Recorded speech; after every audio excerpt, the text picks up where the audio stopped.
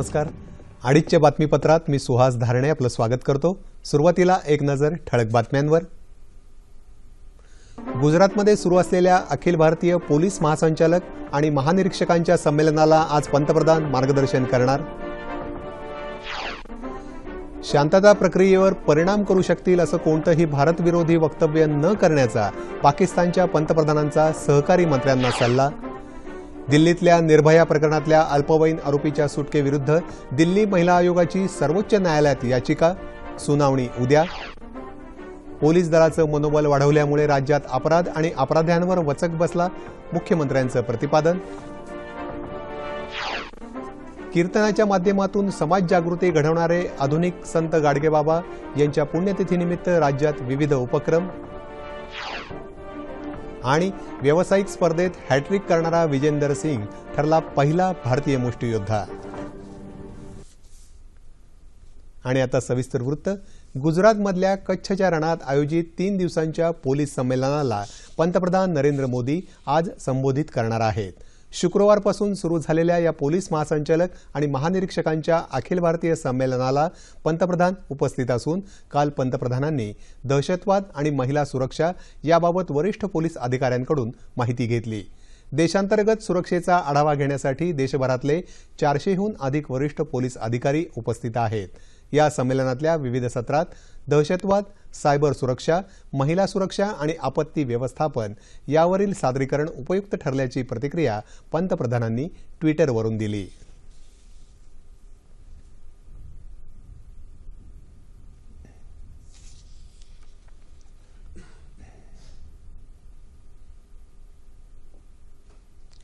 भारत आणि पाकिस्तान यांच्यात अलीकडे सुरू झालेल्या शांतता प्रक्रियेवर परिणाम करू शकेल असं कोणतंही भारतविरोधी वक्तव्य करू नका, असे निर्देश पाकिस्तानचे पंतप्रधान नवाज शरीफ यांनी आपल्या मंत्र्यांना आणि सहकाऱ्यांना दिले आहेत.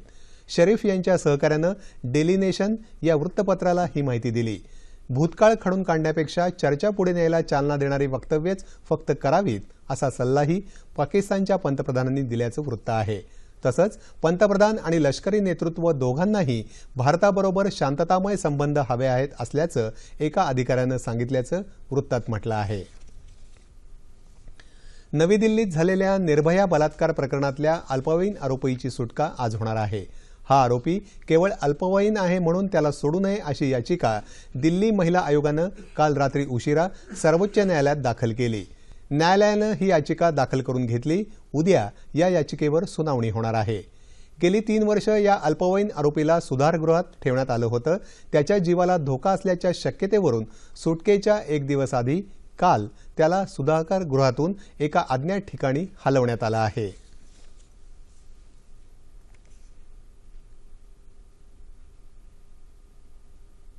राज्यात कायदा आणि सुव्यवस्था राखण्यासोबतच पोलीस दलाचं मनोबल वाढवल्यामुळे अपराध आणि अपराध्यांवर वचक बसला आहे, असं मुख्यमंत्री देवेंद्र फडणवीस यांनी म्हटलं आहे. वर्धा पोलीस अधीक्षक कार्यालयाच्या नव्या प्रशासकीय इमारतीचं उद्घाटन काल मुख्यमंत्र्यांच्या हस्ते झालं, त्यावेळी ते बोलत होते. सावंगी मेघे आणि रामनगर ठाण्याचं उद्घाटनही मुख्यमंत्र्यांच्या हस्ते झालं. राज्यातल्या अपराध सिद्ध करण्याचं प्रमाण 42% वाढलं असून कायदा सुव्यवस्था राखण्यात महाराष्ट्र देशातलं अग्रेसर राज्य ठरावं यासाठी प्रभावी उपाययोजना करण्यात येत असल्याचं मुख्यमंत्री पुढे म्हणाले. पोलीस कर्मचाऱ्यांच्या सुट्टीच्या दिवशीच्या वेतनात 500 ते 900 रुपयांपर्यंत वाढ करण्यात आल्याची माहिती मुख्यमंत्र्यांनी यावेळी दिली. पूर्वी हे वेतन केवळ 60 रुपये होतं.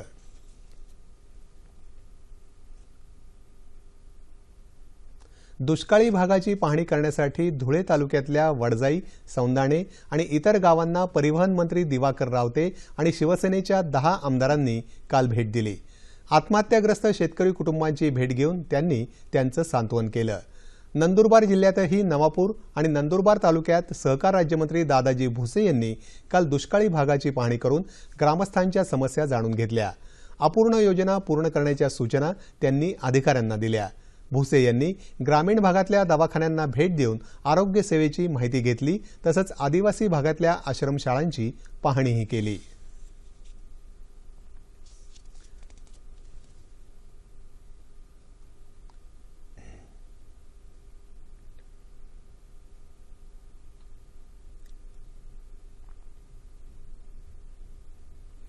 शासनामार्फत राबवण्यात येणाऱ्या कल्याणकारी योजनांचा लाभ सामान्य जनतेला देताना आत्महत्याग्रस्त शेतकऱ्यांच्या कुटुंबाला आधार देण्याचं काम अधिकाऱ्यांनी करावं असं आवाहन राज्याचे सार्वजनिक बांधकाम मंत्री एकनाथ शिंदे यांनी केलं आहे। ते काल नाशिकमध्ये झालेल्या आढावा बैठकीत बोलत होते। मुख्यमंत्र्यांनी नुकतीच विधिमंडळात शेतकऱ्यांसाठी विशेष पॅकेजची घोषणा केली आहे। शेतकरी वाचला पाहिजे, त्याची आर्थिक स्थिती सुधारली पाहिजे, हा त्यामागचा उद्देश आहे असं त्यांनी सांगितलं। जलयुक्त शिवार योजना राज्यासाठी वरदान ठरेल असा विश्वास त्यांनी व्यक्त केला। योजनेच्या प्रभावी अंमलबजावणीसाठी शासनातर्फे आवश्यक ते सर्व सहकार्य करण्यात येईल अशी ग्वाही त्यांनी दिली। कमी पावसामुळे शेतकऱ्यांसमोर असलेल्या अडचणींची जाणीव शासनाला असून त्या दूर होण्यासाठी विविध योजनांच्या माध्यमातून दिलासा देऊ असं प्रतिपादन राज्याचे महसूल राज्यमंत्री संजय राठोड यांनी केलं आहे। सिन्नर तालुक्यातल्या विविध गावांचा दौरा करून राज्यमंत्री राठोड यांनी पाहणी केली आणि ज्यांच्या शेतकऱ्यांच्या समस्या जाणून घेतल्या। यावेळी धोंडी विररनगर इथं शेतकऱ्यांना दिलासा देताना ते बोलत होते। जलसाठे कमी होत असल्यानं पिण्याचं पाणी आणि जनावरांच्या चाऱ्याचा प्रश्न सोडवण्यासाठी प्राधान्य देण्यात येत असल्याचं त्यांनी स्पष्ट केलं। राष्ट्रसंत गाडगेबाबा यांच्या पुण्यतिथीनिमित्त स्वच्छतेचा संदेश देणाऱ्या पदयात्रेला आजपासून करळगाव इथून प्रारंभ झाला। यवतमाळ जिल्हा परिषदेच्या वतीनं संपूर्ण बाभुळगाव तालुका निर्मळ करण्याच्या उद्देशानं सुरू झालेली ही पदयात्रा सुमारे 18 गावांमधून फिरून स्वच्छतेचा संदेश देणार आहे। गाडगेबाबांचा स्वच्छतेचा संदेश जर प्रत्यक्षात अंमलात आणला तर गावागावात समृद्धी आल्याशिवाय राहणार नाही असं मत जिल्हाधिकारी सचिंद्र प्रताप सिंग यांनी यावेळी बोलताना व्यक्त केलं। या पदयात्रेत मुख्य कार्यकारी अधिकारी यांच्यासह शालेय विद्यार्थी आणि ग्रामस्थ सहभागी झाले आहेत। कोल्हापुरातही गाडगेबाबा यांच्या पुण्यतिथीनिमित्त महानगरपालिका आणि कोल्हापूर परीट समाजाच्या वतीनं विविध कार्यक्रमांचं आयोजन करण्यात आलं। सकाळी महापौर अश्विनी रामाणे यांच्यासह नगरसेवकांनी संत गाडगेबाबांच्या पुतळ्याला पुष्पहार घालून अभिवादन केलं।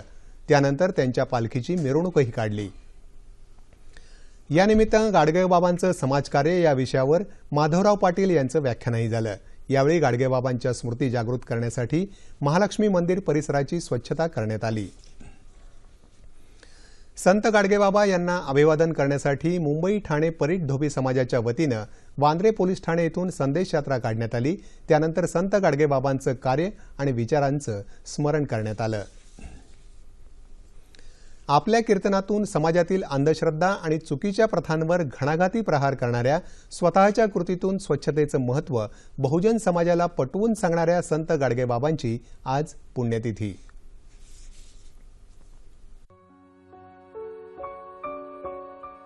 संत गाडगेबाबांचं मूळ नाव देबूजी झिंगराजी जानोलकर।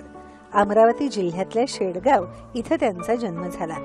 स्वच्छतेला ते प्रतिपरमेश्वर मानत आणि म्हणूनच एका हातात झाडू आणि दुसऱ्या हातात गाडगं घेऊन ते गावागावात हिंडले।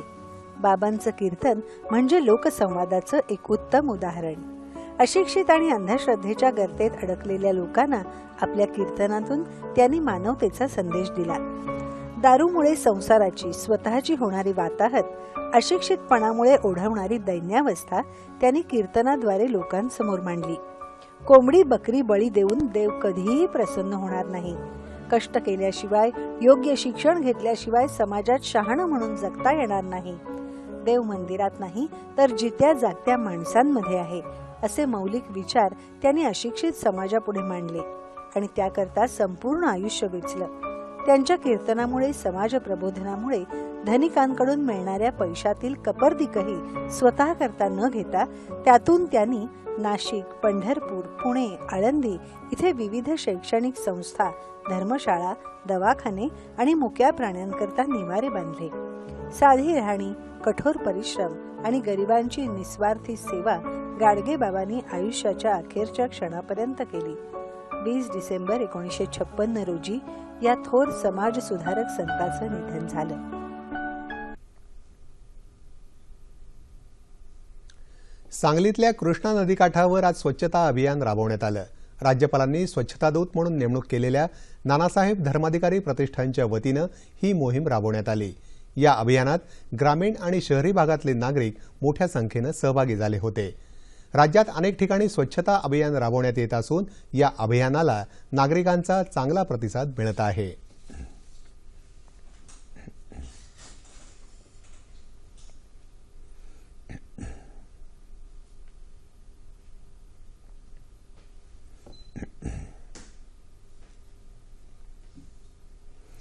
टाटा सामाजिक विज्ञान संस्था आणि टाटा मोटर्सच्या मदतीनं तुळजापूर तालुक्यातल्या 10 गावात दुष्काळ निर्मूलन प्रकल्पाअंतर्गत घेतलेल्या विविध कामांमुळे इथल्या गावकऱ्यांना मोठा दिलासा मिळाला आहे. विंधन विहिरी घेऊन पाण्याच्या टाक्या बांधणं, हातपंपांची दुरुस्ती आदी कामांचा यामध्ये समावेश आहे. टाटा सामाजिक विज्ञान संस्थेच्या कर्मचाऱ्यांनी भूजल सर्वेक्षण करून विकास यंत्रणेच्या निर्देशानं केलेल्या या कामांमुळे या गावातलं पाणी टंचाईचं संकट दूर झालं आहे. गावातल्या तलावांच्या डागडुजीचं आणि स्वच्छतेचं कामही हाती घेतल्यानं जनावरांच्या पिण्याच्या पाण्याची सोय झाली आहे. एकंदरच या सर्व कामांमुळे ही 10 गावं टंचाईमुक्त झाली आहेत.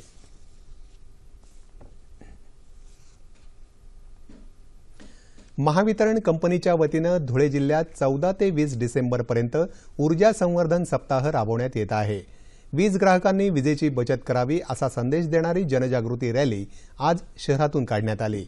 ऊर्जा बचत ही काळाची गरज असून जेवढी अधिक ऊर्जा बचत करता येईल त्याचा फायदा ग्राहकांना देता येईल असं मत वीज वितरण कंपनीचे विभागीय अधीक्षक अभियंता D.V. पडळकर यांनी याप्रसंगी बोलताना व्यक्त केलं. तसंच येत्या काळात LED बल्बच वितरण करून ऊर्जा संवर्धनाला प्रोत्साहन देण्यात येणार असल्याचंही ते म्हणाले.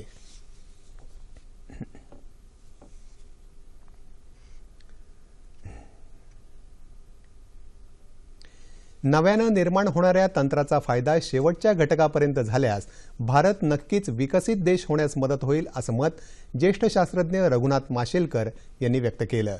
आप्पासाहेब पेंडसे यांच्या जन्मशताब्दी निमित्तानं पुण्यात काल भारत 2050 विश्वसत्ता या विषयावर आयोजित व्याख्यानात ते बोलत होते. दारिद्र्य रेषेखालील लोकांना मूळ प्रवाहात आणायचं असेल तर वेगळं ज्ञान आणि तंत्रज्ञान विकसित करायला हवं असंही ते म्हणाले. भारत 2050 विश्वसत्ता या विषयावर राजस परचुरे, श्रीकांत परांजपे, विवेक सावंत यांनीही व्याख्यानात आपले विचार व्यक्त केले. या कार्यक्रमाला जिल्ह्याचे पालकमंत्री गिरीश बापट यांच्यासह पुणेकर मोठ्या संख्येनं उपस्थित होते. आज सर्वत्र संगणकाचं युग असून शेतकऱ्यांना त्यांच्या जमिनीचा सातबारा आणि इतर कागदपत्र मिळवताना कुठलीही अडचण येऊ नये या उद्देशानं वाशिम जिल्हा प्रशासनानं ई-सातबारा पद्धत विकसित केली असून या उपक्रमाचं उद्घाटन राज्याचे मुख्य सचिव स्वाधीन क्षत्रिय यांच्या हस्ते काल झालं. शेतकऱ्यांना त्यांच्या जमिनीचा सातबारा पाहिजे तेव्हा कुठल्याही त्रासाविना मिळावा या हेतूनं वाशिम जिल्हा प्रशासनाकडून जिल्ह्यातील जमिनीच्या सर्व सातबारा उतार्यांचं संगणकीकरण करण्यात आलं आहे. या ई-सातबारा पद्धतीत संगणकाद्वारे पाहिजे तेव्हा आणि पाहिजे तिथं सातबारा उपलब्ध होणार आहे.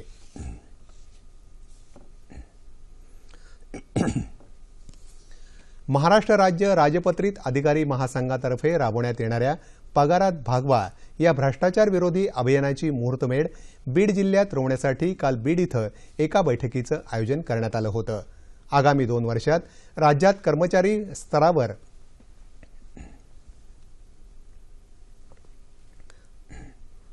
भ्रष्टाचारमुक्त वातावरण तयार करण्यासाठी पगारात भागवा ही मोहीम तालुका पातळीवर पोहोचवणार असल्याचं महासंघाचे सरचिटणीस समीर भाटकर यांनी यावेळी सांगितलं. प्रशासनातल्या भ्रष्टाचाराच्या विरोधात काम करणारी ही राज्यातली पहिली संघटना असून यामध्ये 72 संघटना एकत्र आल्या आहेत. मुख्यमंत्री देवेंद्र फडणवीस यांनी या मोहिमेला पाठिंबा दर्शवला असून दोषी अधिकाऱ्यांची संघटनेतून हकालपट्टी करून त्यांच्यावरचा खटला जलदगती न्यायालयात चालवण्यात यावा अशी मागणी केली असल्याचं भाटकर यांनी यावेळी सांगितलं. भ्रष्टाचाराला आळा घालण्याचं काम संघटना करत असल्यामुळे या मोहिमेला सर्वांकडून उत्तम प्रतिसाद मिळत आहे असंही ते म्हणाले. कोल्हापूर इथल्या छत्रपती प्रमिलाताई राजे रुग्णालयातल्या हृदय शस्त्रक्रिया विभागाला काल जिल्हास्तरीय अभ्यागत समितीनं भेट दिली. विभागाची पाहणी करून अधिकाऱ्यांकडून समितीनं माहिती घेतली. रुग्णालयातल्या हृदयरोग विभागातली काही मशीन्स बंद असल्याच्या चर्चेच्या पार्श्वभूमीवर समितीनं ही भेट दिली. विभाग प्रमुख प्रवीण साळुंखे यांनी समिती सदस्यांना कामकाजाची माहिती दिली. गेल्या 3 महिन्यात 10 रुग्णांवर यशस्वी शस्त्रक्रिया केल्या आहेत असं ते म्हणाले. समिती आणि वैद्यकीय महाविद्यालयाचे अधिष्ठाता डॉक्टर जयप्रकाश रामानंद यांनी हृदयरुग्ण विभागातल्या सर्व कक्षांची पाहणी केली. सर्व प्रकारच्या सोयीसुविधा उपलब्ध करण्याबाबत यावेळी चर्चा झाली. उस्मानाबाद इथल्या जिल्हा रुग्णालयात काल बालकांच्या एपिलेप्सी आणि मेंदू संबंधी विकारांची तपासणी करण्यासाठी एका आरोग्य शिबिराचं आयोजन करण्यात आलं होतं। या शिबिरात अपस्मार, फेफरं, आकडी असे आजार असलेल्या रुग्णांची विनामूल्य ईईजी तपासणी करून समुपदेशन आणि औषधोपचार करण्यात आले।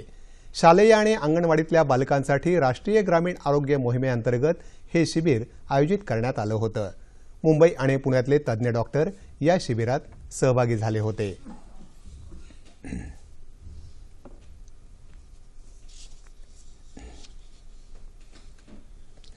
लहान मुलांना कला सादर करण्यास व्यासपीठ उपलब्ध व्हावं या उद्देशानं मुंबईत कला उत्सवाचं आयोजन करण्यात आलं होतं।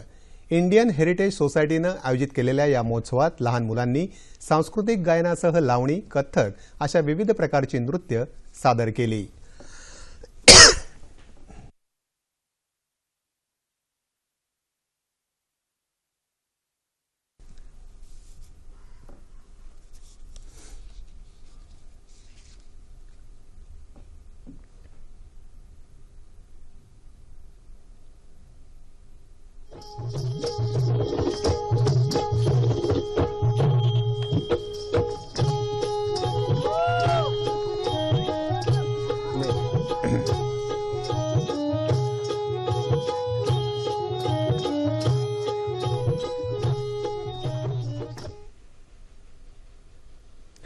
नासा आणि जर्मन एरोस्पेस सेंटरमध्ये कार्यरत असलेल्या चाळीसगावच्या स्वीटी पाटे आणि वॉटर सेव्हिंग शॉवर या विषयावर संशोधन करणाऱ्या सृष्टी नेरकर हिचा काल नाशिक युथ फाउंडेशन आणि क्राईम प्रिव्हेन्शन काउन्सिल यांच्या वतीनं सत्कार करण्यात आला। युवकांना संशोधनाची स्फूर्ती मिळावी तसंच तंत्रज्ञान क्षेत्रातही उतरावं या उद्देशानं हा सत्कार समारंभ आयोजित करण्यात आला होता। जिद्द मनाशी बाळगूनच एरोस्पेस सारख्या क्षेत्रात प्रयत्नशील राहिले तसंच डॉक्टर APJ अब्दुल कलाम यांच्या प्रभावामुळे भारावून संशोधन क्षेत्रात जोमानं काम सुरू केल्याचं स्वीटीनं यावेळी सांगितलं।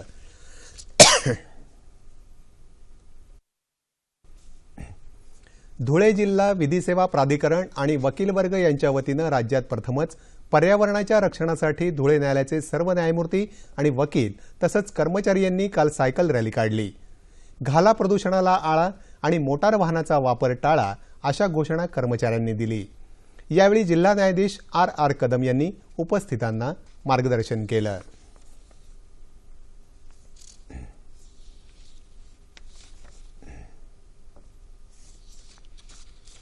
पर्यावरणाचा समतोल दिवसेंदिवस बिघडत आहे। याचा विपरीत परिणाम पक्ष्यांवर होत असून त्यांच्या संख्येतही घट होत आहे।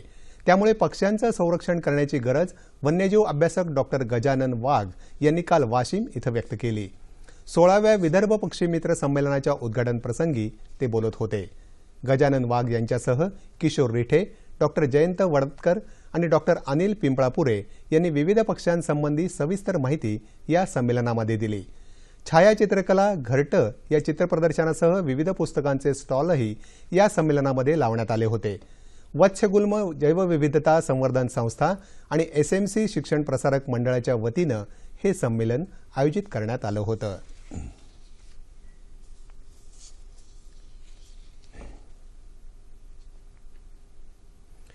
आदिवासी विद्यार्थ्यांच्या क्रीडा कौशल्य विकासासाठी क्रीडा प्रबोधिनी स्थापन करण्याचा राज्य सरकारचा मानस आहे। आदिवासी विकास मंत्री विष्णू सावरा यांनी ही माहिती दिली। गोंदिया जिल्ह्यातल्या देवरी तालुक्यातल्या बोरगाव इथं एकलव्य निवासी पब्लिक स्कूलच्या इमारतीचं भूमिपूजन करताना ते काल बोलत होते।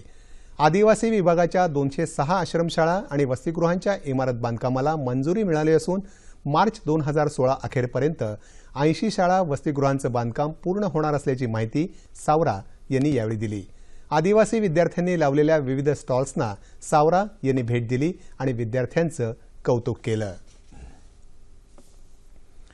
पुण्यात पुलोत्सव कार्यक्रमात ज्येष्ठ अभिनेते दिलीप प्रभावळकर यांना पु ल देशपांडे पुरस्कार प्रदान करण्यात आला। ज्येष्ठ चित्रकार रवी परांजपे यांच्या हस्ते प्रभावळकर यांना सन्मानित करण्यात आलं। 25,000 रुपये, सन्मानचिन्ह आणि पुणेरी पगडी असं या पुरस्काराचं स्वरूप आहे। पुलंच्या साहित्यानं हसायला शिकवलं, ज्यांना विद्यार्थी दशेत पाहिलं त्यांच्या नावाचा पुरस्कार मिळणं म्हणजे आयुष्यातला सन्मान आहे अशा शब्दात प्रभावळकर यांनी आपलं मनोगत व्यक्त केलं। मी माझ्या आयुष्यात हसायला सुरुवात कधी केली हे काही मला आठवत नाही, पण काही मला पण विनोद कळला असं वाटायला लागलं आणि हसायला भक्कम कारण मिळालं ते पुलंच्या पुस्तकांमधून. त्यांच्या अनेक पुस्तकांची पारायणं झाली. त्यातले अनेक लेख आणि अनेक परिच्छेद संवाद मला त्या काळी पाठ होते. पुढे परफॉर्मर म्हणून पुलंचं बटाट्याची चाळ, वाऱ्याची वरात यासारखे कार्यक्रम मी अतिशय आवडीनं अनेक वेळा पाहिले. प्रत्येक वेळी हसायला आणि भारावून जायला कारणच मिळालं. हे सगळं स्फूर्ती देणारं, प्रभावित करणारं असं होतं आणि तो प्रभाव अजूनही कायम आहे असं मला वाटतं. चीन इथं झालेल्या मिस वर्ल्ड या सौंदर्यवतींच्या स्पर्धेत स्पेनच्या मिरियो रोयोनं मिस वर्ल्डचा खिताब पटकावला. रशियाची सौंदर्यवती दुसऱ्या तर इंडोनेशियाची तिसऱ्या क्रमांकावर राहिली. या स्पर्धेत 108 देशांच्या युवतींनी भाग घेतला. भारताच्या आदिती आर्याला पहिल्या 10 स्पर्धकांमध्येही स्थान मिळवता आलं नाही.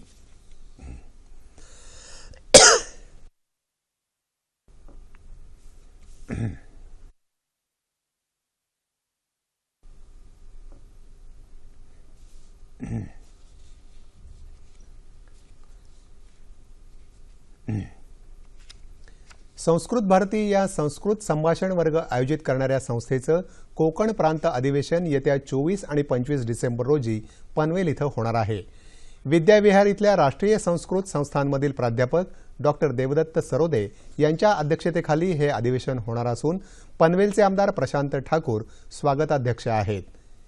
प्रिय मानसम या आगामी संस्कृत चित्रपटाचे दिग्दर्शक विनोद मंकरा यांच्या उपस्थितीत या अधिवेशनाची सांगता होणार आहे अशी माहिती काल पत्रकार परिषदेत देण्यात आली. मुंबई ते गोवा असा विस्तार असलेल्या कोकण प्रांतातले संस्कृत प्रेमी नागरिक आणि कार्यकर्ते यावेळी उपस्थित राहणार आहेत. नवी मुंबई इथं सुरू असलेल्या तिसऱ्या गणेश नाईक महिला आंतरराष्ट्रीय टेनिस स्पर्धेत ऑस्ट्रेलियाच्या बार्बरा हास हिनं बेलारूसच्या आरिना साबालिंका हिचा पराभव करून ही स्पर्धा जिंकली.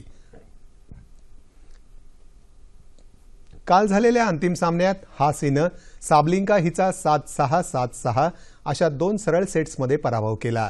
नवी मुंबई स्पोर्ट्स असोसिएशननं आयोजित केलेल्या या स्पर्धेला आंतरराष्ट्रीय टेनिस संघटनेची मान्यता होती.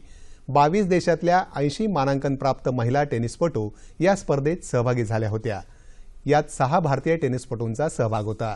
राष्ट्रवादी काँग्रेसचे नेते आणि माजी मंत्री गणेश नाईक यांच्या हस्ते खेळाडूंना पुरस्कार प्रदान करण्यात आले.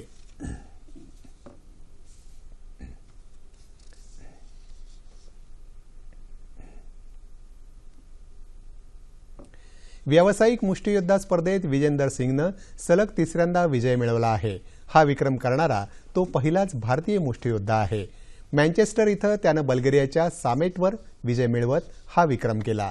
यापूर्वी त्यानं सॉनी वायटिंग आणि डीन गिलेन यांच्यावर मात करत विजयी हॅट्रिक साधले आहे.